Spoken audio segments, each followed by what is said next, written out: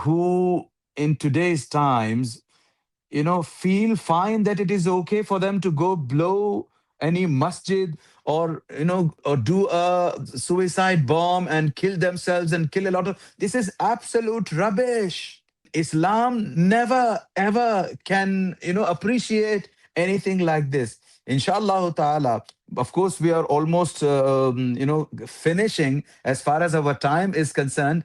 The next time we meet, inshallah ta'ala, we are going to delve into the details of this particular ideology. I mean, in which, like just the other day, at a beach in Australia, someone shot about 10, 20 people dead. And elsewhere, a couple of years ago or so, in New Zealand or in Canada, some people in the masjid were shot down just like that.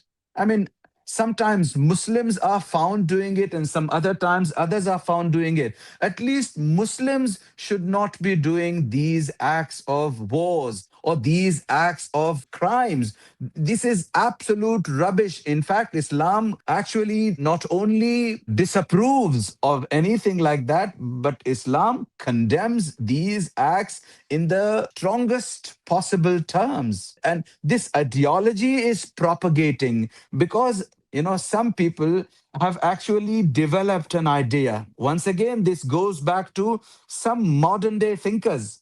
While you may have a lot of hair in your beard, and a lot of them could be gray, and you may be able to quote various ayahs of the Quran, several ahadith of the Prophet sallallahu alaihi wasallam, you may be able to recite the ahadith verbatim. That doesn't make any one of us a righteous person if our ideology is corrupt. I mean, there is a group of people on the face of the earth that says, Inil hukmu illa lillah. They say that dominion should belong to only Allah Azza wa Jal and no one else. Therefore, such people, actually what they do, they actually, go ahead and say that because you are, how do I put it? They say that people who are governing but not in sync, not in accordance with the Sharia. They say, let me throw this disclaimer big time, that we at iPlus are not at all, party, or we don't subscribe to such ideas.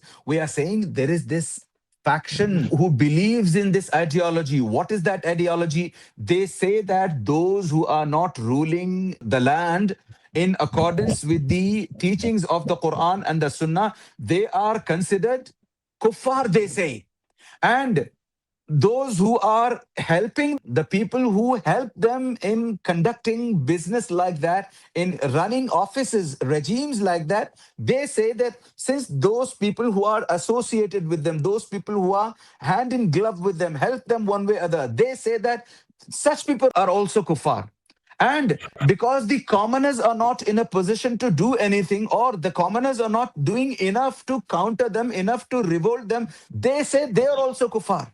So that's why they say that, those who are governing are not governing with the hukum of Allah Azza wa Jal, with the Sharia of Allah Azza wa Jal.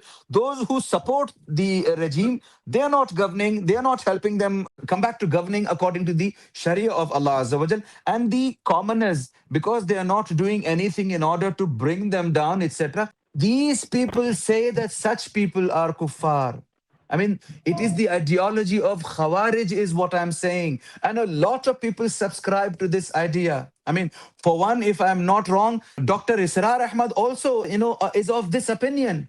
He keeps saying, I mean, if you listen to his recordings, وَمَنْ لَمْ يَحْكُمْ بِمَا أَنزَلَ اللَّهُ فَأُولَٰئِكَ هُمُ الْكَافِرُونَ وَمَنْ لَمْ يَحْكُمْ بِمَا أَنزَلَ اللَّهُ فَأُولَٰئِكَ هُمُ الظَّالِمُونَ. Similarly, فَأُولَٰئِكَ هُمُ الْفَاسِقُونَ. Where on earth are we? Is this what Islam teaches us? Not at all. So the reason we are doing Aqidah is in order also for our youth, especially the youth of this country, the Muslims of India, to understand that this is absolute rubbish to think like that.